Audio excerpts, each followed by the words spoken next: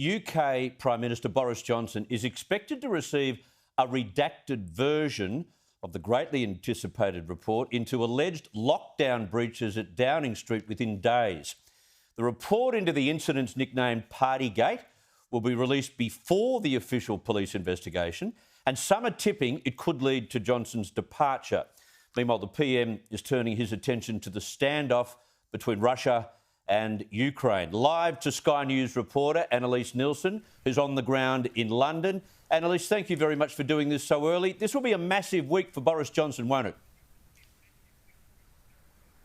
It will, and it's dragged out from what was a massive week already last week because of this confusion around the Sue Gray report being handed down now. She's the senior civil servant who's been tasked with compiling all the evidence about exactly what happened at Downing Street and Whitehall during these parties during lockdown. And you can't underestimate how much of an impact this has had in the general populace in the United Kingdom, because they were extremely strict about lockdowns here, and the COVID situation was quite dire for a long period of time. In the week that they held the highest number of parties, there were over 800 fines handed out across the UK to ordinary citizens who weren't adhering to the same laws that they implemented from Downing Street. So this is why it's become such an issue for Boris Johnson, and it's all really hanging off this report, not just because it's going to detail exactly who knew what when, but a lot of his Conservative colleagues have said, we'll wait and see what's in it before we decide whether to put in that letter of no confidence.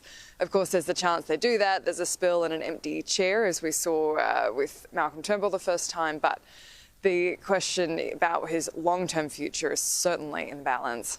So if this report is worse than what has already been made public, or even just along the same lines of what we know, a no confidence vote, he won't resign at all, will he? Because he keeps saying that.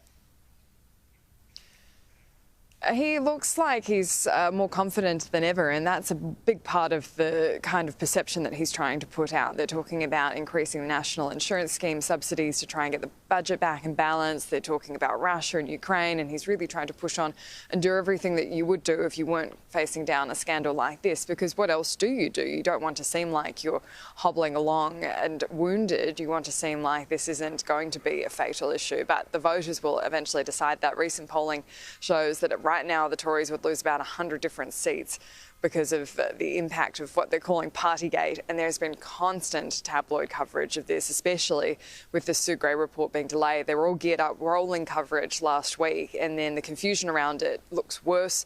Even Conservative backbenchers as well as Labor are saying it's a cover-up, that there's some kind of collusion. Even if that's not the case, it's really hard to manage that perception in the general public. So what have you learned as an Australian reporter? They're on the ground speaking to Londoners, taxi drivers, who knows who else. What are they saying about Boris? They're really upset. Everyone seems to know a story of someone who got fined or someone who lost a loved one and couldn't speak to them, and that was at the same time that they were having these parties at Downing Street, and it just comes across so awful in a country that's so focused on the whole keep calm, carry on mentality. We remember the Queen sitting at Prince Philip's funeral completely by herself, and she turned down exceptions that would have allowed her to have family support. And she said, no, I'm going to adhere to the same rules that everyone else is, at the same time the politicians implementing them weren't. And I've noticed it's really right across the spectrum. Even people who voted Boris Johnson are really upset and wouldn't mind seeing him go. Of course, is people that opposed him the whole way just are fed up to the absolute hilt. And even if he doesn't get rolled in the next few weeks, it is quite extraordinary that someone who came in on such a populist wave put Labor into the doldrums of its worst showing in over 80 years is all of a sudden now on the ropes in such a short period of time. Yeah, it is astonishing. Meanwhile, he's on the phone to Vladimir Putin, I hear, and maybe even heading off into the region. Is that right?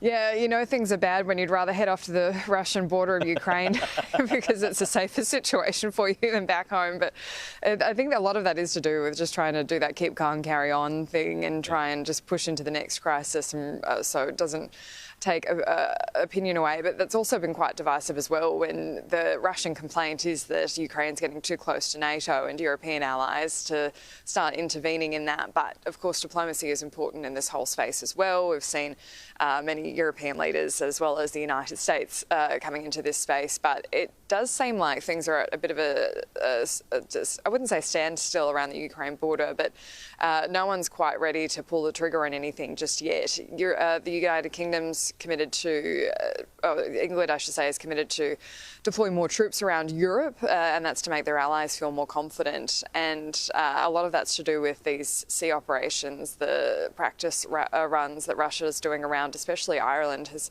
got a lot of people quite nervy. And where's colder, your usual home, Washington, D.C. or London? This is pretty balmy compared to the US. At the moment, there's a massive storm heading for the East Coast. I'm actually pretty happy to be here. It almost feels like a summer holiday.